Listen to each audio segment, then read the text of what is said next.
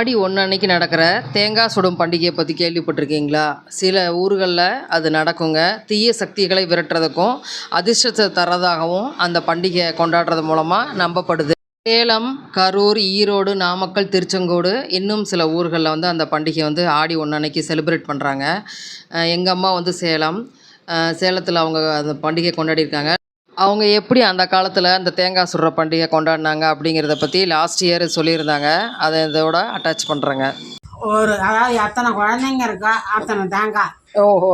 அழிஞ்ச குச்சின்னு ஒன்று இருக்கு. அதை வெட்டி கொண்டு வந்து தோலெல்லாம் சீவிட்டு தேங்காயை 3 கண்ணில் 1 கண்ணு ஓட்டை போட்டு அதுக்குள்ள பச்சரிசி, வெல்லம், ஏலக்காய் பொடி எல்லாம் போட்டு அதுக்குள்ள நுழைச்சி வெந்நீர் அடுப்பில் கொல்லையில் கோலம் போட்டு அதில் கையில் பிடிச்சுட்டே இருக்கணும். அது வெந்து இதாயிடும்.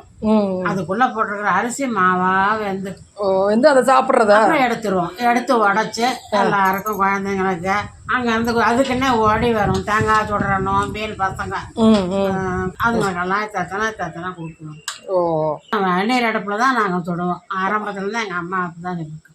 மத்தியானமே எல்லாம் சாணி தெளிச்சு கோலம் போட்டு அடுப்பு ஆடி 1 அன்னைக்கு நடக்கும்போது 1 சாயங்காலம் 4 மணிக்கு தேங்காய் சுட போய் உக்காந்தோம்னா பல பல பல பலன்னு மழை பெய்யும்.